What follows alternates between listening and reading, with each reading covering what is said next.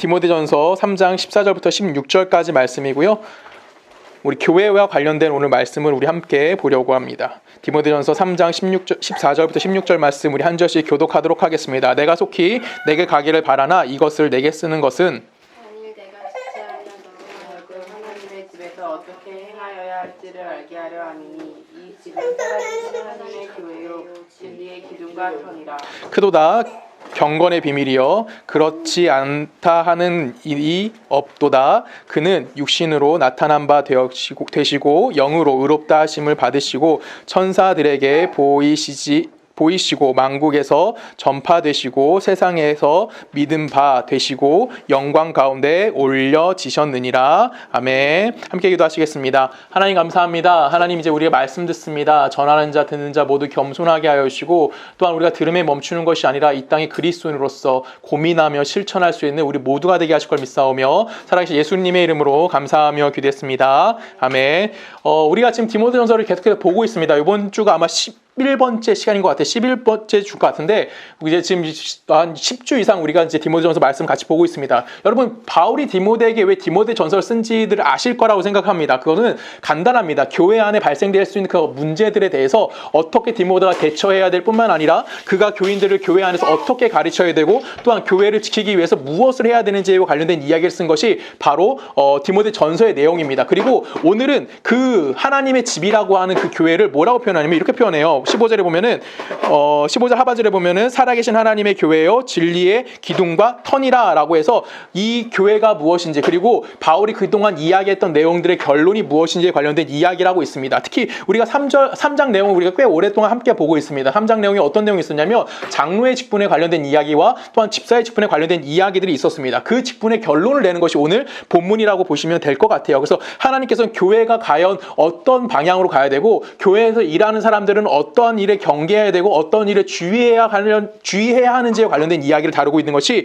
오늘 우리 본문의 내용이라는 것을 여러분이 함께 기억해 주시고 오늘 본문의 말씀 함께 살펴봤으면 하는 마음이 있습니다. 여러분 바울이 가장 먼저 권면했던 내용이 뭔지 다들 기억하실 거라고 생각을 해요. 뭐냐면 교회가 교회답지 못하게 하는 것을 경계하는 것이 바울의 첫 번째 권면이었습니다. 그래서 1장 같은 내용을 어떤 내용을 주로 담고 있었냐면은 부정적인 내용을 담고 있었어요. 뭐 하지 말아라는 거죠. 뭐 거짓된 교훈과 아니면 잘못 율법에 교사되는 거 이런 것들을 너희들이 하면 안 돼랑 관련된 이야기를 했습니다. 왜 그런 얘기를 했냐면 그들은 무엇을 상실시키게 되냐면 교회의 본질을 상실시키게 되는 거예요. 교회가 추구해야 되고 교회가 나갈 방향이 예수 그리스도를 중심으로 이루어져야 되는데 그들은 그 안에서 뭘 하는 겁니까? 어떤 이단적 사상을 갖고 오는 것이 아니에요. 아니면 뭐 타종교적인 그런 이야기를 갖고 오는 것이 아니라 그들이 갖고 왔던 내용이 뭐냐면 내가 믿는 하나님이 이런 분이야. 네가 믿는 하나님은 그런 분이니까 잘못된 거야. 이런 식으로 교회 안에 분란을 일으켰던 것이 바로 1장의 내용이었습니다. 그걸 경고했던 내용이 1장의 내용이었고 그것의 연장선상에서 3장에 와서 무슨 얘기가 나오냐면 장로의 직분과 그 다음에 집사의 직분 쉽게 말하면 교회에서 부름받은 사람들이 지켜야 되는 일들이 무엇인지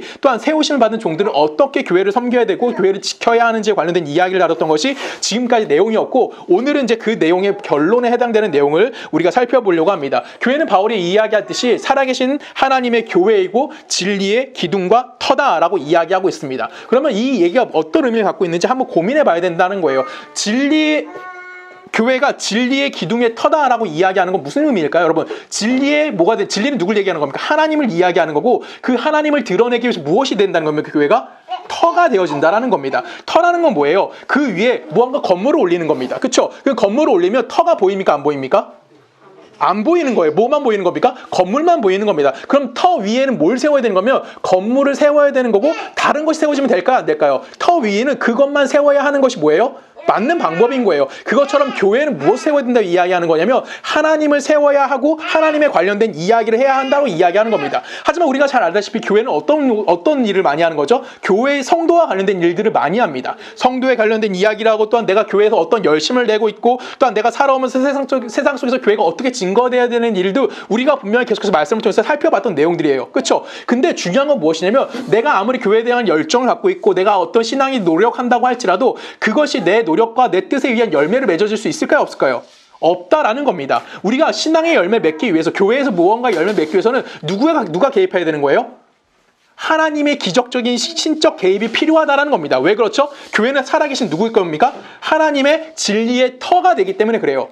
이해 가시죠? 그러면 결론적으로 교회에서 하는 그 모든 행동들, 교회에서 어떠한 행사를 하고 어떤 일을 하고 어떤 교육을 하고 어떤 봉사를 하고 어떤 선교를 하고 이 모든 것들은 다 어디 위에 세워지는 겁니까? 하나님이라는 기본 위에다가 쌓여져 가는 내용들을 다루고 있다라는 거예요. 그러면 그 모든 것들은 결론적으로 무엇을 빛나게 만드는 겁니까? 하나님이 누구신지를 분명하게 보여주는 것이 뭐라는 거예요? 그 교회가 진리의 터라는 것을 우리에게 이야기하는 겁니다. 그것을 설명하기 위해서 바울은 누구 얘기를 들었어요? 3장에서 장로의 직분과 집사의 직분에 관련된 이야기를 했다는 겁니다. 이 직분을 이야기했다는 건 뭐냐면 그 사람들이 어떤 유능성이나 어떤 능력에 관련된 이야기를 하는 것이 아니라 그들을 통해서 뭘 하시겠다는 겁니까? 하나님이 누구이신지가 이 땅 가운데 분명하게 드러나야 한다라고 우리들에게 이야기하는 거예요. 그것이 뭘 통해서 이루어지는 겁니까? 교회 안에서의 삶을 통해서 그것을 우리가 배우는 거고요. 그 배움을 통해서 세상에 나가서 뭐 하는 겁니까?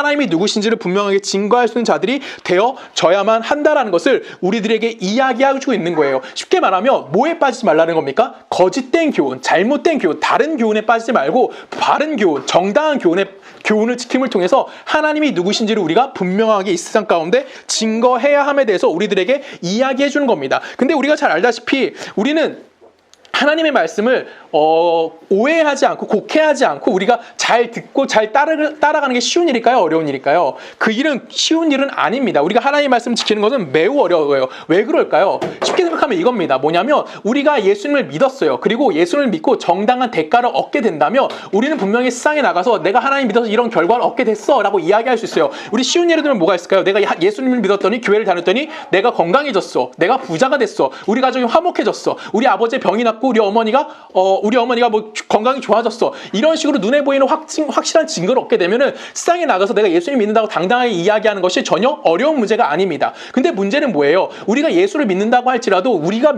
살고 있는 환경적 요소들이 달라지나요? 환경의 여건이 달라지나요? 환경의 조건이 개선이 되나요? 그렇지 않다라는 겁니다. 그래서 내가 하나님의 말씀에 순종하는 것이 조금 어려울 때가 너무나 많아요. 그리고 우리 그 속에서 뭘 보는 겁니까? 하나님의 일하심을 바라볼 수밖에 없는 존재들이 되어질 수밖에 없다라는 겁니다. 대표적으로 우리는 다윗을 예로 들 수 있어요. 여러분, 다윗의 가장 대표적인 신앙 고백이 뭡니까? 다윗의 가장 대표적인 신앙 고백. 시편? 그쵸? 시편 23편 1절. 몰자체가 있습니다. 여호와는 나의 목자시니 내게 부족함이 없으리로다. 이 얘기는 누가 한 거냐면 다윗이 거의 노년에 했던 얘기예요. 다윗 노년에 무슨 얘기냐면 내가 평생을 살아왔더니 하나님이 나의 모든 것이 되시는구나. 내 인생에 부족한 것이 하나도 없었구나라고 이야기합니다. 근데 여러분 잘 알다시피 다윗의 인생은 편했을까요? 어려웠을까요? 매우 어려웠습니다. 왜 어려웠을까요? 우리가 고민해봐야 될 필요성이 있는 거예요. 여러분 다윗의 인생을 우리가 곰곰이 생각해보면 언제부터 힘들어졌을까요? 이걸 고민해봐야 되는 겁니다. 여러분 다윗이라는 사람이 처음에 우리가 잘 아는 얘기는 골리앗을 쓰러뜨린 다윗이에요. 그렇죠? 소년 다윗이 골리앗을 쓰러뜨립니다. 이때 사람들이 다윗을 칭찬했을까요? 저주했을까요? 칭찬했어요. 그렇죠? 조그만 애가 가서 정말 큰 골리앗을 돌멩이 하나 쓰러뜨렸잖아. 그래서 사람들이 놀랬어요. 와, 다윗은 대단하다. 그리고 다윗은 어떻게 되냐면 이스라엘의 군대 장관이 됩니다. 그리고 군대 장관에서 승승장구해요. 그 사람들이 왕인 사울을 향해서 이렇게 얘기해요. 사울은 천천히요, 다윗은 만만이다. 이 무슨 의미인 것 같아요? 사울은 전쟁에 나면 1000명 죽이고 오고 다윗은 전쟁에 나면 10,000명 죽이고 온다는 거예요. 누가 더 대단하다? 다윗이 더 대단하다고 세상 사람들이 칭찬했고 다윗을 칭송했다고요. 그렇죠? 근데 그것이 뭐가 돼요? 결론은? 다윗이 사울로부터 뭐 하는 자가 되죠? 쫓김을 받는 자가 됩니다. 그리고 다윗은 사울의 공격으로부터 피해서 어디까지 가게 되냐면 적국이었던 블레셋 가드까지 들어가게 돼요. 가드의 왕인 아기스 앞에 가서 다윗이 어떻게 하냐면 목숨을 구걸하기 위해서 그는 미친 사람처럼 침을 질질질 흘립니다. 그리고 아기스 왕으로부터 결론적으로 뭘 얻게 되냐면 목숨을 건지게 돼요. 그리고 나서 다윗이 하나님을 찬양합니다. 어떻게 찬양했냐면 시편으로 갑니다. 시편 34편이요. 제가 읽을게요. 34편 8절부터 읽을게요. 너희는 여호와의 선하심을 맛보아 알지어다. 그에게 피하는 자는 복이 있도다. 지금 다윗이 누구에게 피했대요? 여호와에게 피했대요. 그래서 다윗이 무슨 짓 했어? 여호와한테 피했더니 어떤 복 받았어? 어떤 복 받았어요? 침을 흘릴 수밖에 없는 도망자의 인생이란 복을 받게 됐다라는 거예요. 그리고 또 이야기합니다. 9절에 보면 너희 성도들아 여호와를 경외하라. 그를 경외하는 자에게는 부족함이 없도다. 다윗이 부족함이 있어요? 없어요? 침 질질 흘린다니까? 도망자의 신분으로? 지금 부족할까? 안 부족할까요? 부족한 것이 넘쳐요. 근데 다윗은 뭐라고 얘기합니까? 부족함이 없다라고 얘기해요. 마지막 10절에 또 이렇게 얘기합니다. 젊은 사자는 궁핍하여 주릴지라도 여호와를 찾는 자는 모든 좋은 것에 부족함이 없도다. 여러분 지금 다윗이 좋은 것이 있어요? 우리가 환경적으로 봤을 때 다윗은 정말 최악의 상황으로 내몰린 상황입니다. 그럼에도 불구하고 다윗이 이렇게 고백할 수 있었던 이유는 뭘까요? 내 삶의 주인이 누구라는 걸 다시 깨닫기 시작한 거예요. 하나님으로부터 내 삶이 하나님으로 근거하는 삶이기 때문에 내 환경 가운데 일어나는 이런 여러 가지 일들은 내 인생이 중요하지 않다라는 것을 다윗은 뭘 통해 경험한 거예요? 자기가 도망자의 신분을 가짐으로써 경험할 수밖에 없게 되어졌다는 겁니다. 쉽게 말하면 하나님이 다윗을 불러내서 다윗은 이런 인생을 뭐 할 수밖에 없다라는 거예요. 살아갈 수밖에 없는 사람이 되었다는 거예요. 여러분 질문 한번 해볼까요? 다윗은 왕이 되고 싶어 했습니까? 왕 되고 싶어 하지 않았어요. 그렇죠? 사울과 대적자가 되고 싶어 하는 마음이 다윗에게는 없었다고요. 근데 어느 날 갑자기 사울이 하나님께 범죄합니다. 이랬더니 하나님이 사울을 버려버리죠. 그리고 사무엘을 통해서 어떤 일을 하냐면 갑자기 다윗의 집에 가는 거예요. 그 다윗한테 갑자기 사무엘이 뭐 했을까요? 기름을 붓습니다. 야, 너 왕해. 다윗이 왕이 되고 싶어하는 마음이 없었어요. 사무엘이 집에 찾아왔을 때 다윗은 뭐 하고 있었죠? 양치고 있었어요. 형들은 와서 왕이 되려고 준비하고 있었음에도 불구하고 하나님은 형들을 선택한 것이 아니라 다윗을 선택했다고요. 하나님이 다윗에게 기름 부어버렸다고요. 그래서 누구의 인생이 고달파졌어? 다윗의 인생이 고달파진 거예요. 여러분 누가 찾아왔습니까? 여러분이 하나님 찾아왔어요? 아니에요. 하나님이 여러분을 찾아와서 여러분 뭐 하는 겁니까?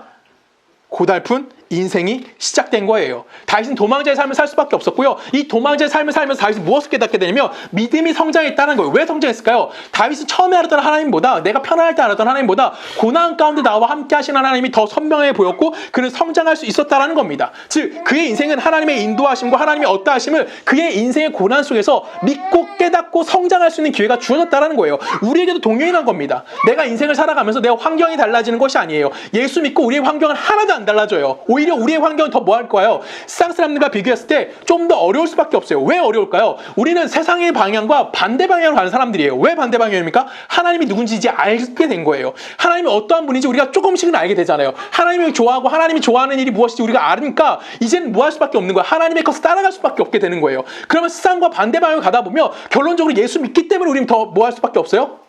고통스러울 수밖에 없고요. 예수 믿기 때문에 더 힘들 수밖에 없는 겁니다. 왜요? 우리의 삶은 누구를 증명할 수밖에 없는 거야? 하나님의 어떠하심과 나를 위해서 십자가 지신 예수 그리스도가 어떠하신지를 내 삶을 통해서 증거할 수밖에 없는 존재성이 누구에게 있다라는 거예요. 우리 안에 있게 되어졌다는 겁니다. 그래서 우리는 예수를 믿는다라고 이야기했을 때 환경의 변화와 관련된 이야기라는 것이 아니라 예수를 믿게 됨을 통해서 우리가 뭘 얘기하는 겁니까? 내가 이제는 현실적인 어떠한 책임감을 갖게 되어지고 이제는 내가 현실 속에서 어떠한 삶의 변화를 갖게 됐는지, 내가 얼마나 더 윤리적으로 살게 됐고 얼마나 더 도덕적인 삶을 살게 되었는지를 예수 그리스도와 그 예수를 우리를 위해서 십자가에 달려 죽게 만드신 하나님에 대해서 뭐 하는 겁니까? 알게 됨을 통해서 우리가 그런 삶을 살 수 있게 되었다는 것을 이해한 자들이 되는 거예요. 그러면 내가 이해했다고 할지라도 예수를 믿지 않는 사람들이 그걸 설명하면 그 사람들이 이해할까요? 이해하지 못할 거예요. 그들은 절대 납득할 수 없는 겁니다. 이게 어려운 거예요. 나는 알겠다고. 나는 하나님이 누군지 알겠는데 예수를 믿지 않는 자들, 하나님을 모르는 자들한테 내가 믿고 있는 하나님 때문에 내가 이렇게 변화되었어라고 설명하면 그들은 전혀 이해해 주지 않는다라는 거예요. 그래서 우리가 예수 믿는 거 쉬운 일입니까? 예수 믿는 게 어렵다라는 거예요. 그래서 바울은 우리에게 직분에 관련된 이야기를 하고 우리가 올바른 복음 안에 살아야 된다고 이야기하면서 거기서 마지막으로 하는 얘기가 뭐예요? 교회에 관련된 얘기를 하는 거예요. 교회는 뭐라고요? 살아계신 하나님의 교회라고요. 그리고 그 교회는 뭡니까? 살아계신 하나님의 진리 되신 분이 세워져야 하는 기둥과 터가 되는 것이 어디라는 겁니까? 그것이 교회라는 겁니다. 교회는 그런 책임으로서 불름받은 거예요. 교회의 정체성은 어떠한 규모를 이야기하는 것이 아니라 어떠한 대단한 것을 이야기하는 것이 아니라 뭘 얘기하는 겁니까? 우리에게 생명이 되신 예수 그리스도를 소유하고 있고 또한 그 예수를 보내신 하나님을 아는 것, 그것이 고백되어지는 것이 무엇입니까? 바로 교회이다라는 거예요. 그래서 내 삶의 주인이 누구라고 고백하는 겁니까? 하나님이라고 고백하는 거고 내 삶의 근거가 하나님이라고 고백하는 거고 내가 섬기는 대상이 하나님 되신다는 것을 고백하는 것 위에 무엇이 세워지는 거예요? 교회가 세워질 수밖에 없는 거예요.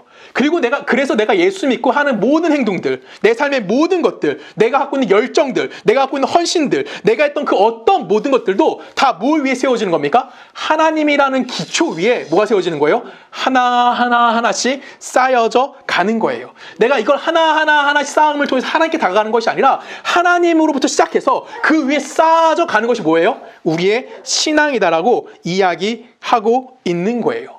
교회는 그래서 세상적인 가치가 중요할까요? 중요하지 않을까요? 중요하지 않아요. 교회는 세상적 가치가 하나도 중요하지 않는 것이 어디예요? 교회라는 거예요. 여러분, 세상적 가치가 뭘까요? 교회에서 말하는 세상적 가치가 뭘까요? 가장 대표적인 거. 우리 담임 목사님 설교가 참 좋아. 우리 교회 규모가 참 좋아. 우리 교회 내부 시설이 너무 좋아. 우리 교회 뭐 프로그램이 너무 많아. 우리 교회 성도가 매우 많아. 이런 것들 다 뭐예요?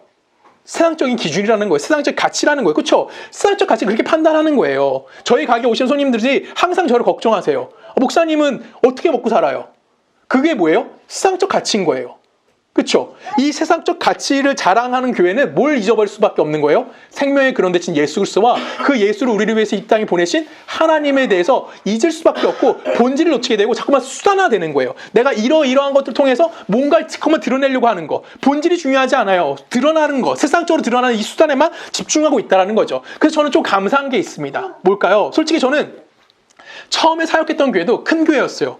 뭐 메가처치까지는 아니어도 한 2,000명 이상 모이는 교회였고요.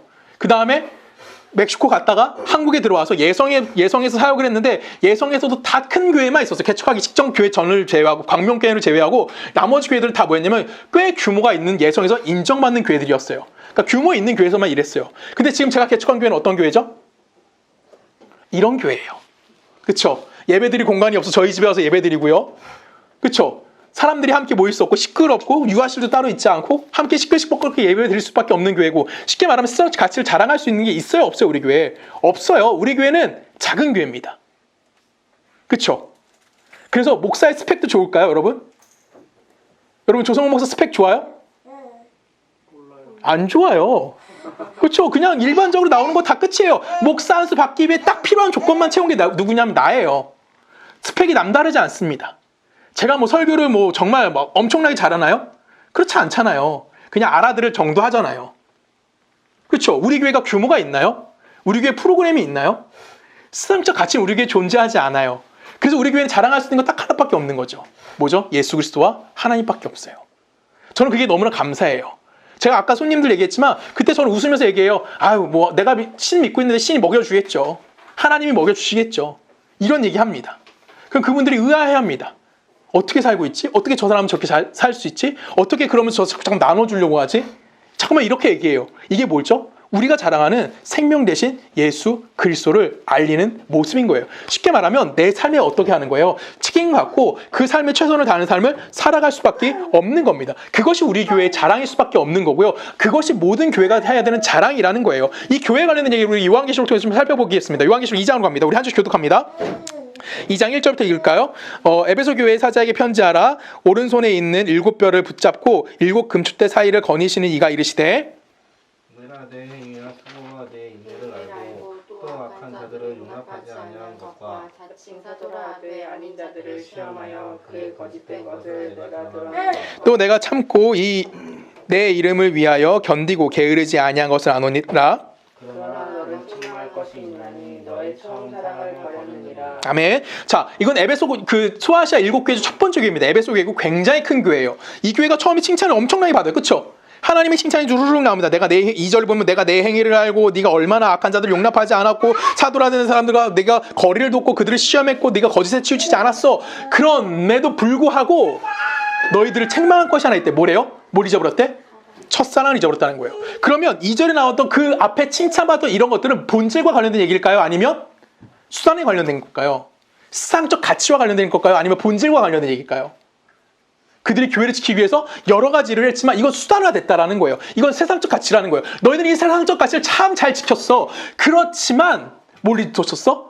본질인 나를 놓쳤다라고 이야기하는 겁니다. 그래서 5절에 뭐라고 얘기해요? 5절 제가 읽습니다. 그러므로 어디서 떨어졌는지 생각하고 회개하여 처음 행위를 가지라. 만일 그리하지 아니하고 회개하지 아니하면 내가 내게 가서 내 금촛대를 그 자리에서 옮기리라 라고 이야기합니다. 지금 뭐라고 얘기하고 있어요? 네가 첫사랑을 회복하지 않으면 내가 너 뭐 할 거야? 금촛대를 옮길 거야 라고 이야기해요. 여기서 촛대는 교회를 이야기합니다. 근데 거기서 교회에서 끝나는 것이 아니라 그 금촛대를 뭐 한대요? 옮긴다라고 이야기하고 있어요. 여러분 이 금촛대를 옮긴다는 그 옮기다가 키네소라는 단어로 쓰여져 있습니다. 이 키네소는 어떤 뜻을 갖고 있냐면 제거하다, 밀어버리다라는 뜻의 키네오의 미래형이에요. 그럼 하나님 뭐 하시겠다는 거야? 네가 첫사랑을 회복하지 않으면 내가 너 뭐 할 거야? 없애버리겠다는 얘기예요. 쉽게 말하면 이 에베소 교회를 하나님 뭐 하시겠다는 겁니까? 완전히 없애버리겠다. 왜 그렇게 얘기할까요? 본질을 상실하게 되면 뭐 할 수밖에 없다는 겁니까? 하나님이 교회를 없애버리시겠다라고 말씀하실 수밖에 없다라는 거예요. 그래서 뭘 회복하라는 겁니까? 첫사랑, 쉽게 말하면 교회의 본질이 무엇인지를 너희들이 회복해야 된다고 이야기합니다. 우리 한 교회를 더 봅니다. 바로 그 뒤에 나오는 교회예요. 우리 8절 말씀 갑니다. 제가 이렇게 한 절씩 교독합니다. 서머나 교회 사자에게 편지하라. 처음이며 마지막이여 죽었다 살아나신 이가 이르시되 내가 내 환난과 궁핍을 알거니와 실상은 내게 자칭 유대인이라는 자들의 비방도 알거니와 실상은 유대인이 아니요 사탄의 희단이다. 너는 장차 받을 고난을 두려워하지 말라. 볼지어다 마귀가 장차 너희 가운데서 몇 사람을 옥에 던져 시험을 받게 하리니 너희가 10일 동안 환난을 받으리라. 내가 죽도록 충성하라. 그리하면 내가 생명의 관을 내게 주리라. 아멘. 저는 우리 서초동네 교회가 이런 서머나 교회가 되기를 원합니다. 이건 그럼 아멘 하셔야 되는 거예요. 여러분, 서머나 교회는 어떤 교회일까요? 어떤 교회일까요? 그들이 뭐라고 표현합니까? 8절에 보면은 가난하다라고 표현합니다. 그렇죠? 가난한 교회임에도 불구하고 그들이 어떤 교회였대요? 8절, 10절에 보면은 뭐 했대요? 뭐 했대요? 10절에 보면 내게 죽도록 충성하라라고 이야기하고 있어요. 이건 무슨 얘기라는 걸까요? 가난하지만 그들은 예수를 통해서 뭐 했다는 겁니까?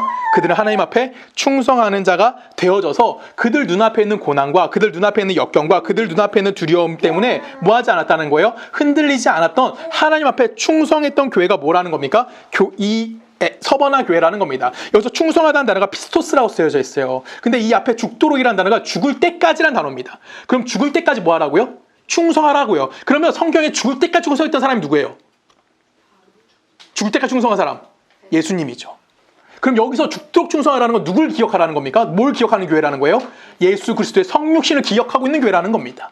우리에게도 그걸 요구하는 거예요. 충성하라는 얘기는 예수 그리스도의 열정을 배우라는 거고 예수 그리스도가 살아간 삶을 배우라는 거지. 충성하라는 건 어떻게 기도해라, 어떻게 헌금해라, 어떻게 예배드려라, 뭐 어떻게 봉사해라, 어떻게 뭐 해라 이런 식의 충성이 아니라 충성은 무엇을 기억하라는 거예요? 성육신하신 예수 그리스도를 기억하고 그 예수 그리스도의 삶을 뭐 하라는 겁니까? 동일하게 따라가는 삶을 살아가는 거예요. 예수가 어떤 삶을 살았어요? 무한하신 신이 유한 속으로 들어왔어요. 그러면 그 삶은 편했을까? 고통스러웠을까? 고통스러울 수밖에 없는 거예요. 무한이 유한으로 들어왔잖아. 이것보다 더 큰 고통이 어디 있어요? 얼마나 답답했겠어. 그쵸? 그럼 쉽게 말하면 우리 눈앞에 있는 불편한 현실, 아픈 현실, 고통의 현실 속에서 그 현실을 뭐 하셨습니까? 예수님은 하나님의 말씀에 순종하기 위해서 살아내셨다라는 거예요. 우리도 뭐 하는 겁니까? 우리에게 주어진 우리 눈앞에 있는 현실 속에서 뭐 하는 거예요? 하나님의 백성으로서 그 삶을 살아가야만 하는 거예요. 그래서 그들을 하나님 뭐라고 표현합니까? 니네 현실은 가난하지만 너희는 부유해. 왜 부유한 거예요? 그들은 무엇 소유했습니까? 본질 대신 예수 그리스도를 소유했고요. 이 땅에 주신 하나님의 근거에서 교회가 살아내고 있었다, 현실을 살아가고 있었다라는 것을 우리들에게 이야기하는 거예요. 저는 우리 교회가 바로 이런 교회가 되기를 원합니다. 우리 교회 앞으로 더 어려운 일 많을 거예요. 그렇죠? 이번에도 이사하면서 저는 고민 되게 많이 했거든요. 솔직히 되게 힘들었거든요. 그럼에도 불구하고 하나님은 우리를 뭐하게 하시는 겁니까? 살아가게 하시는 거고 하나님은 우리를 풍요롭게 해주시는 분이라는 거예요. 어떤 게 풍요로워지는 거예요? 돈이 많아지는 풍요로움입니까? 아닙니다.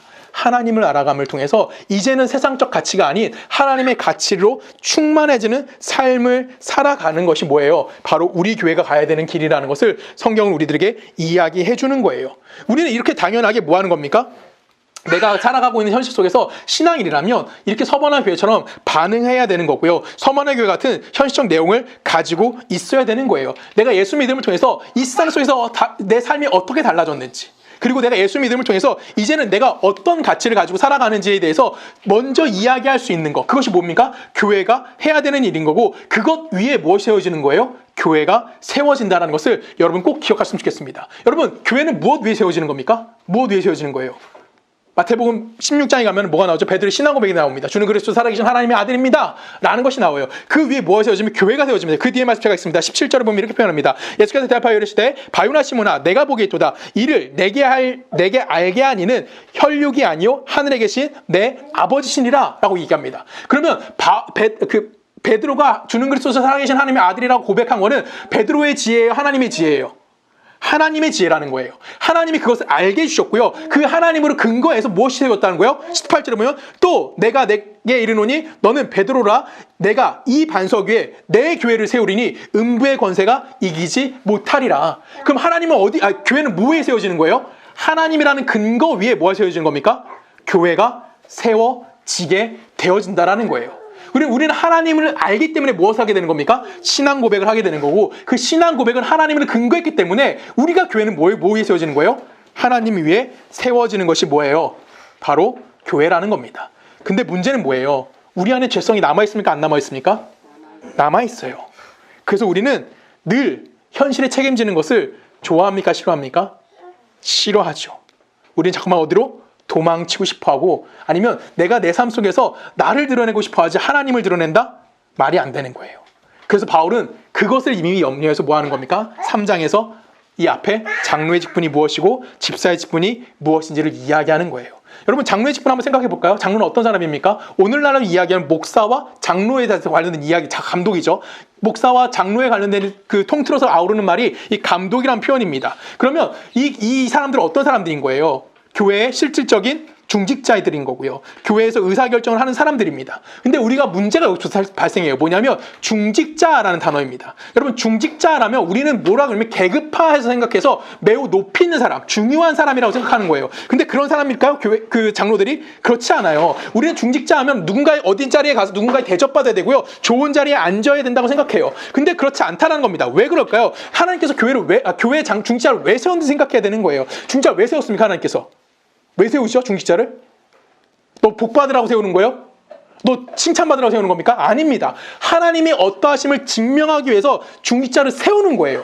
그 중직자를 통해서 뭘 보는 겁니까? 하나님이 어떠하심을 바라봐야만 한다는 겁니다. 즉, 교회라는 것은 대표적으로 보편적으로 어떤 사람이어야 되는 거예요? 신앙의 본을 가질 수 있어야 돼요. 신앙의 질서가 무엇인지 이해할 수 있는 자야 되고요. 영적으로 누군가에게 영향을 줄 수 있을 정도로 뛰어난 영성을 갖고 있어야 되는 거예요. 그 영성이라는 건 뭐예요? 그의 삶에서 하나님의 어떠하심이 증명되어져야 하는 거고요. 그의 삶을 통해서 하나님의 은혜가 필요한 자의 삶이 어떠한지를 이해할 수 있도록 세상 사람들 앞에 뭐 하는 겁니까? 보여주기 위해서 누구 세우는 거예요? 장로를 세우는 거고 감독을 세운다라고요. 근데 장로라는 사람이 일상에 나가서 아니면 교인들 안에서 인격적으로 존경받을 것이 하나도 없다면, 부도덕하고 윤리적이지 못한 사람이라면 사람들이 존경할까요? 그렇지 않다라는 겁니다. 그래서 감독에 뭘 권면하는 거예요? 너 윤리적이어야 돼. 너 도덕적이어야 돼. 그걸 권면하는 이유는 뭐냐면 너가 누굴 증명해야 되기 때문에 하나님 되심과 하나님의 은혜가 필요한 삶에 사람이 어떤 조건을 가져야 되는지를 그걸 알기 때문에, 그걸 증명해야 되기 때문에 우리에게 뭘 요구하는 겁니까? 이 문제가 너희가 윤리성이 드러나야 된다고, 바른 삶을 살아야 된다는 것이 요구되어진다라는 거예요. 근데 이 문제는 기독교 모든 역사상, 이거 구약을 포함해서 기독교의 모든 역사상 매번 반복되는 문제로 지적되어집니다. 특히 이제 종교 지도자에 관련된 문제에 증명하는데, 우리 사사기로 갑니다. 사사기 18장으로 갑니다. 3절부터 우리 한 절씩 교독할게요. 그들이 미가의 집에 있을 때에 그 레위 청년의 음성을 알아듣고 그리로 돌아가서 그에게 이르되 누가 너를 이리로 인도하였으며 내가 여기서 무엇을 하며 여기서 무엇을 얻었느냐 하니, 그가 그들에게 이르되 미가가 이러이러하되 너를 대접하고 너를 무용하여 너를 자기의 제사장으로 선하느니라 하니라. 그들이 그에게 이르되 청하건대 우리를 위하여 하나님께 보아서 우리가 가는 길이 형통하는지 우리에게 알게 하라 하니. 여러분, 이 얘기 딱 들으면 딱히 어려운 내용 없죠? 그렇죠? 뭐 그냥 미가라는 사람이 제사장이 있고, 미가라는 사람의 집에 어떤 제사장이 있고, 그 사람이 뭔가 했구나, 미가 대접을 잘해줬구나, 뭐 이런 식으로 보일 수 있는데, 이 성경에 기록된 최초의 이단입니다. 이게 사사시대 때 지금 제사장이 개인 제사장이 생긴 거예요. 제사장은 레위인이에요. 그렇죠? 레위인은 어디 중심이 있어야 돼요? 이제 성전이 없어서 성막이 중심으로 있어야 되는 거예요. 근데 성막 중심이 있는 게 아니라 이 레위인 청년이 뭐 하는 거야? 도망쳤어요. 먹고 살고 싶어서. 그래서 뭐 하는 거야? 미가라는 사람의 집에 가서 그 사람 고용이 된 겁니다. 그리고 평안을 빌어달래요. 그 사람이 거짓 평안을 빌은 겁니다. 최초의 이단이 등장하는 장면이에요. 누가 타락했죠? 교회 지도자들이 타락한 거예요. 이게 우리가 사사기 시대가 그래서 암흑시기의 400년이라고 합니다. 이 철저하게 암흑시기, 하나님의 빛이 전혀 등장하지 않았던 이 철저한 암흑시기 400년 동안 마지막 정점을 찍었던 게 누구냐면 사무엘입니다. 하나의 빛이 등장하는 거예요. 사무엘이라는 하나의 빛이 등장해서 이제는 이스라엘이 좀 달라지나라고 생각할 수 있었어요. 여러분, 사무엘은 정말 대단한 사람이에요. 어떤 사람이죠? 사사시대에서 뭘로 바뀌었어요? 이스라엘의 왕정국을 바꾼 사람이 누구냐면 사무엘이에요. 그럼 사무엘은 정말 대단한 게 하나님이 사용하신 사람인데, 이 사무엘이 죽었어요. 그리고 그의 아들들이 사무엘에 이어서 사사가 됩니다. 어떤 일이 발생했을까요? 성경 계속 읽어볼까요? 사무엘상 8장으로 갑니다. 사무엘의 늙음에 그의 아들들이 이스라엘의 사사로 삼으니, 전사의 이름은 유엘이요 처자의 하나님을 아비하라. 그들의 부의 세바에서 사사가 되니라. 그의 아들들이 자기 아버지의 행위를 따르지 아니하고 이익을 따라 뇌물을 받고 판결을 굽게 하니라 라고 얘기합니다. 좀 전까지만 해도 암흑식이었다고. 사무엘이 등장하면서 빛이 잠깐 보였어요. 그것도 뭐 했어? 그의 아들들.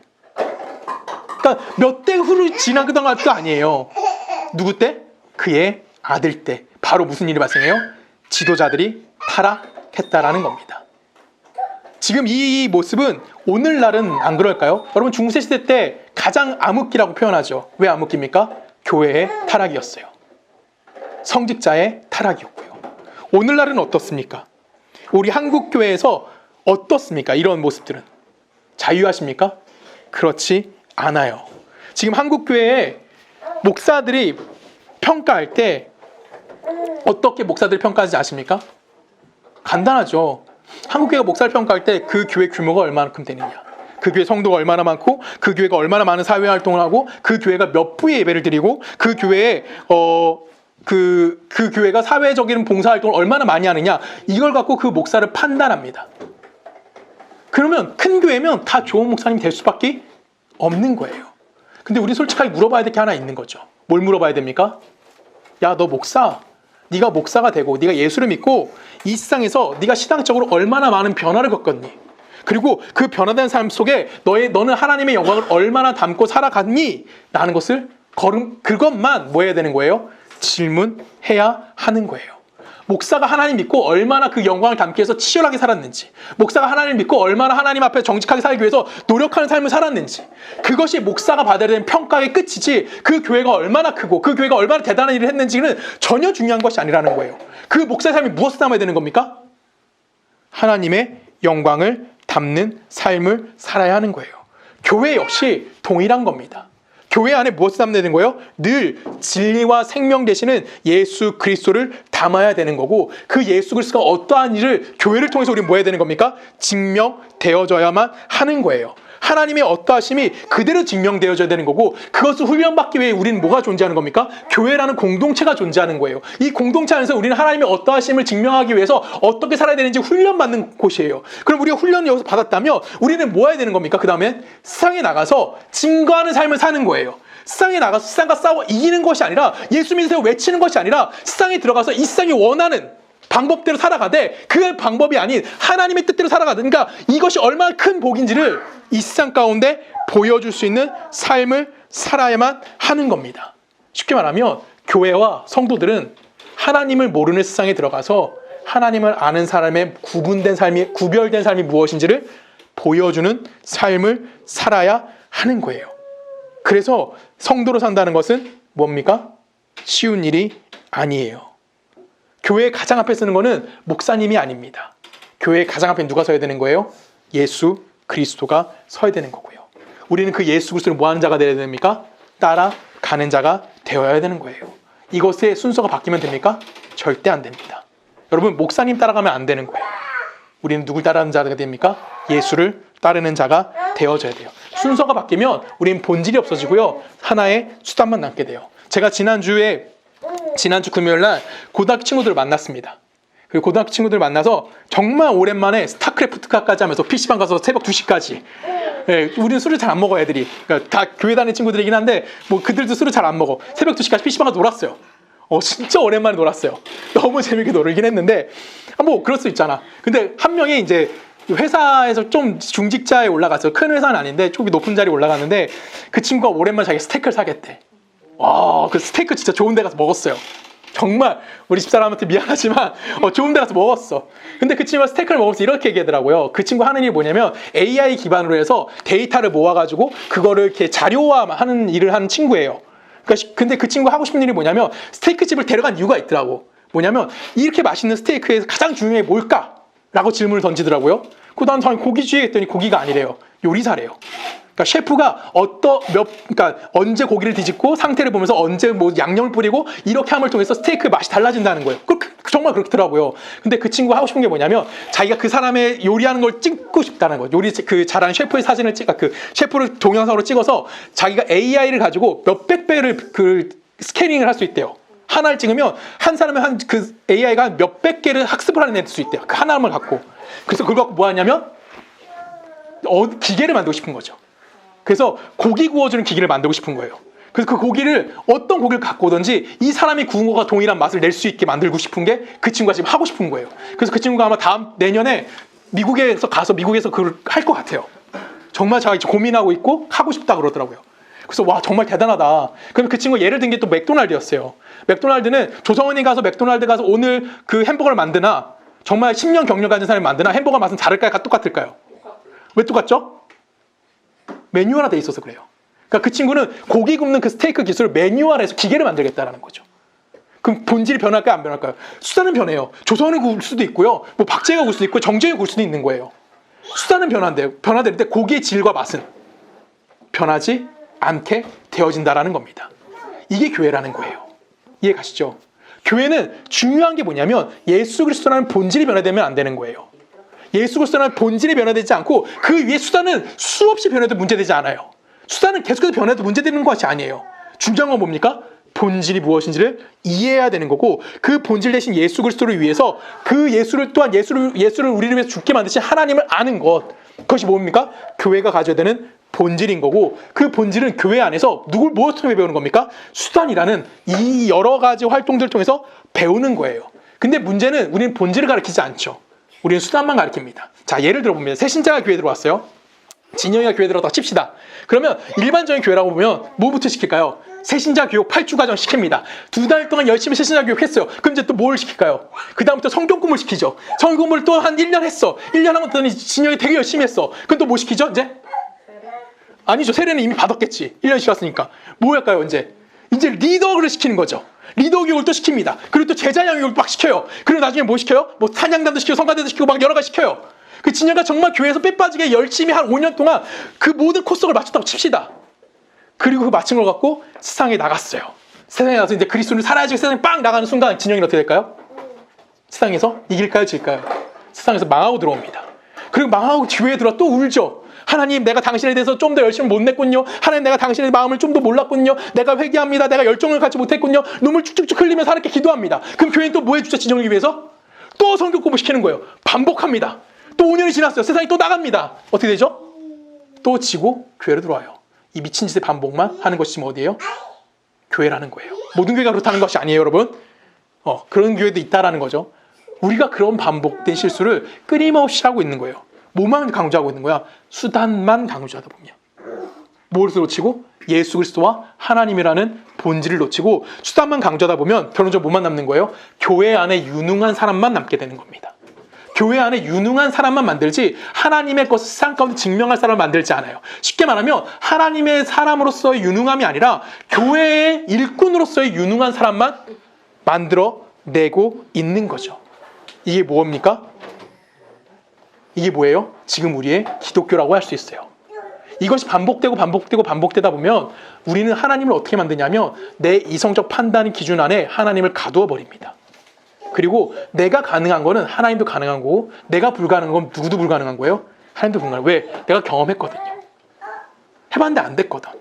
무엇을 놓치고 본질을 잡지 않고 수단만 활용해서 뭔가 계속 하다 보니까 안 돼. 내가 하나님을 어디 가두는 거예요? 내 이성 정도의 하나님을 가두는 거고 내가 이 정도의 하나님만 믿겠다라고 이야기하는 거예요. 뭘 상실한 거죠? 하나님의 무한하심의 본질을 완전히 상실하는 거고 이런 풍조가 한국교회에 만연합니다. 저는 한국교회의 가장 큰 문제가 이거라고 생각해요. 우리 모두 다 그런 겁니다. 목사님들만 그런 것이 아니라 성도들도 그렇잖아요. 교회 가면 이거 해야지 저거 해야지. 우리는 예수가 궁금하지 않고요. 교회에서 하는 어떠한 수단들에만 궁금해요. 그래서 우리는 교회 안에서 내가 어떤 상황 가운데 하나님을 만났는지를 고백할 수 있는 자가 되어야 되는 거예요. 여러분 언제 하나님 만났어요? 저는 모태신앙이라서 언제 하나님 안 믿었던 적이 한 번도 없어요. 엄마 뱃속부터 교회 다녔거든요. 근데 내가 엄마 뱃속부터 교회 다닌다고 내가 의인인가요? 아니에요. 저는 죄인일 때 하나님을 만난 거예요. 저희 집사람도 모태신앙입니다. 저희 집사람도 하나님 만나셨죠? 그렇죠? 언제 만났어요? 몇 월 며칠 기억할 필요 없어요. 내가 죄인이었을 때 하나님 날 만나주셨다라는 거예요. 교회 안 다니고 있는 사람이나 나나 동일한 처지였다고요. 그 속에서 나는 하나님이 나를 찾아와서 나를 만나 주셨다라는 거죠. 그 내가 하나님을 만난 이후에 이제 뭐가 된 거예요? 내 삶을 말씀으로 조명하다 보니 이제 난 뭐 하는 거예요? 내 삶의 모든 영역 속에서 상황 속에서 하나님이 어떠하심을 드러날 수 있는 사람이 되어지는 거죠. 이건 우리 뭐라고 표현합니까? 빛과 소금의 삶이라고 이야기하는 거예요. 내 삶의 모든 여정 속에서 하나님이 나의 삶이 함께하고 있다는 것을 성경 말씀을 통해서 깨달아알게 되는 겁니다. 그래서 우리 뭐 하는 거예요? 이 세상에 나가서 성도다움, 예수님 믿는 사람다움, 하나님 백성다움을 뭐 하는 겁니까? 이 세상에 드러낼 수 있어요. 여러분, 세계 평화를 기도하셔야죠. 그렇죠? 이 땅에 복음화를 위해서 기도하셔야 되는 거고요. 한반도의 통일을 위해서 기도하셔야 하는 겁니다. 근데 여러분, 중요한 건 뭐냐면 그런 것 뒤로 여러분들의 현실적인 책임감을 숨기지 마십시오. 여러분, 담임 목사님 좋은 사람이랑 함께하면 참 좋겠죠. 그렇죠? 이건 다 아멘 하셔야 되는 거예요. 좋은 담임 목사님 있으면 참 좋겠죠. 그렇죠? 좋은 교회였으면 참 좋겠죠. 그런데 그 뒤로 여러분들의 현실적 책임을 숨기지 마십시오. 우리의 책임은 현실에 있어요. 여러분, 교회는 우리 공동체 안에 있는 게 아니라요. 하나님의 하나님다움을 어디서? 여러분들의 삶의 현장에서, 여러분들의 현실 속에서 드러낼 수 있는 사람이 되어져야만 하는 거예요. 어떤 사람은 유능할 수 있어요. 그렇죠? 그럼 유능함으로 하나님을 드러내는 거고요. 어떤 사람은 부족할 수 있어요. 그럼 뭐 하는 겁니까?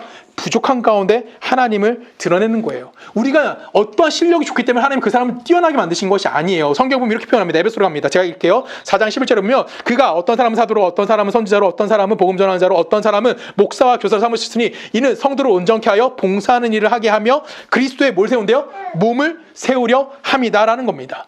결국 우리에게 주어진 직분을 가지고 우리는 뭘 세우는 거예요? 그리스도의 몸을 세우는 거예요. 우린 그것만 하는 거예요. 여러분, 눈이 눈 역할만 하면 되는 거예요. 코는 코의 역할을 하는 거, 손은 손의 역할을 하는 거예요. 손이 발에게 욕할 수 있을까요? 발이 손을 향해서 욕하나요? 눈이 코를 향해서 욕하나요? 코가 입을 향해서 욕하나요? 아니에요. 각자의 역할을 하는 겁니다.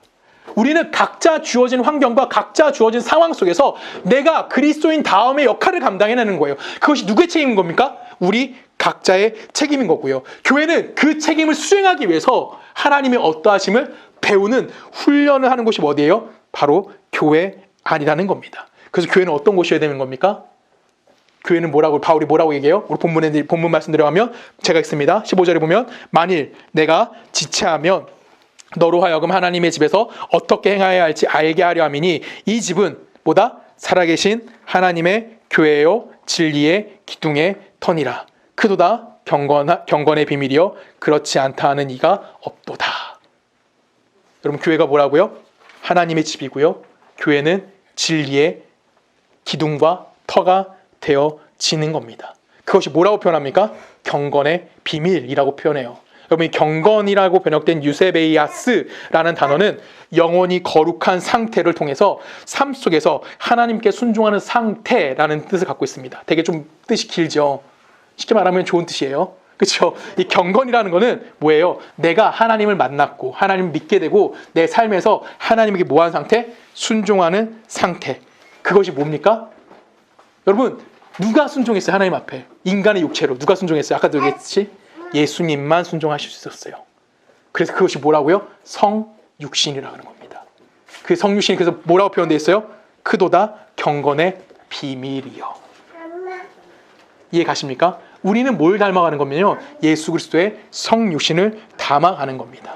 그것이 우리가 해야 되는 일의 책임인 거고요. 하나님은 예수 그리스도 성육신을 닮아감을 통해서 하나님께 순종하는 복을 누구에게 허락하신 거예요? 우리에게 허락하신 거예요. 그래서 교회를 통해서 가장 큰 복이라고 할 수 있는 예수를 닮는 복, 하나님께 순종하는 복을 누구에게 허락하신 겁니까? 우리에게 주시고자 하시는 분이 누구예요? 예수, 하나님이시라는 것을 우리들에게 이야기하는 거고, 그것을 여러분이 현실 속에서 오늘 살아내셔야 하는 겁니다. 이것이 그리스도인인 거예요. 그래서 그리스도인은 어렵다 싶다. 어렵다. 예수 믿는 거는 그냥 예수 믿어요 이렇게 그냥 아무 맹목적으로 얘기하는 것이 아니라 고민해야 되는 거예요. 예수 믿는 거는 노력해야 되는 거고, 예수 믿는 거는 아파해야 되는 거고요. 예수 믿는 거는 세상과 부딪혀서 아파하고 고통스러워하면서 그 일을 끝까지 해내는 책임감을 갖는 것이 예수 믿는 겁니다. 예수님을 베풀어진 구원과 하나님을 소원하는 기도를 멈출 수 없는 복을 하나님 우리에게 허락해 주신 겁니다. 그 보고 안에서 여러분들이 오늘 하루 승리하시기를 주님의 이름으로 간절히 부탁드립니다. 우리 함께 기도하시겠습니다. 사랑을 마신 아버지 감사합니다. 하나님이 우리를 사랑하시고 예수 그리스도를 알게 하셨고 또한 우리를 위하여 그 아들 예수를 이 땅에 보내셔 죽게 만드신 하나님을 알게 하시는 애 너무나 감사합니다. 하나님, 우리가 예수를 알고 하나님을 알기에 이제는 세상과 버타여 사는 것이 아닌 하나님의 백성으로서 오늘 우리에게 주어진 하루에 책임감 갖는 자로 살아가기를 소원합니다. 하나님, 그러기에 우린 너무나 연약하고 너무나 나약하지만 하나님이 공급해 주는 그 힘으로 오늘 하루 다시 살아나게 하시고 오늘 하루 내가 다시 한번 일어나게 하시고 쓰러지는 그 날이라도 그 다음 날 다시 일어나 하나님의 백성으로 살아갈 수 있는 우리 모두가 되게 하여 주시옵소서. 이제는 우리 주 예수 그리스도의 은혜와 성부 하나님의 사랑과 성령님의 내주되심이 하나님의 백성으로서 우리에게 주어진 현실한 책임감을 가지고 그 안에 순종하기를 소원하는 우리 서초동네교회 모든 성도님들의 삶과 그들의 가정과 그들의 직장과 그들이 살고 있는 모든 나라 가운데 지금부터 영원히 함께 하시기를 간절히 축원하옵나이다.